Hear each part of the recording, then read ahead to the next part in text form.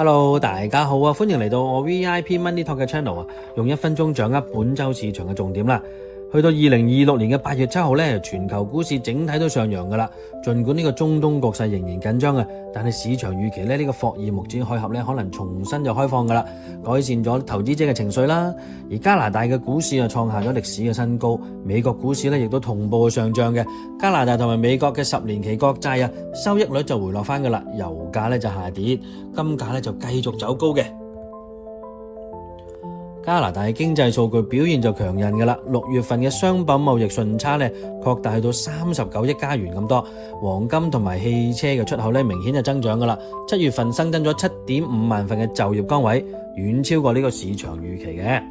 失業率咧就下降去到6.4%，不過咧加元走弱咧放大咗部分貿易嘅數據，加上咗美國啊關稅政策咧仍係存在不確定性嘅，呢個後續風險咧仲係有啲㗎。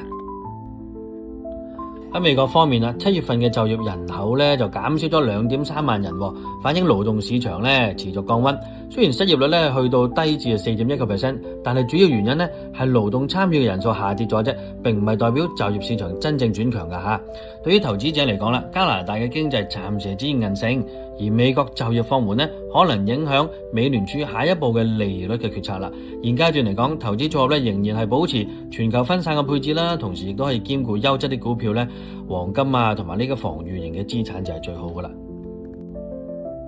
我係你嘅理財顧問啊，感謝收睇 VIP Money Talk 啊。投資唔係預測市場，而係為咗唔同嘅市場環境嚟做好準備嘅。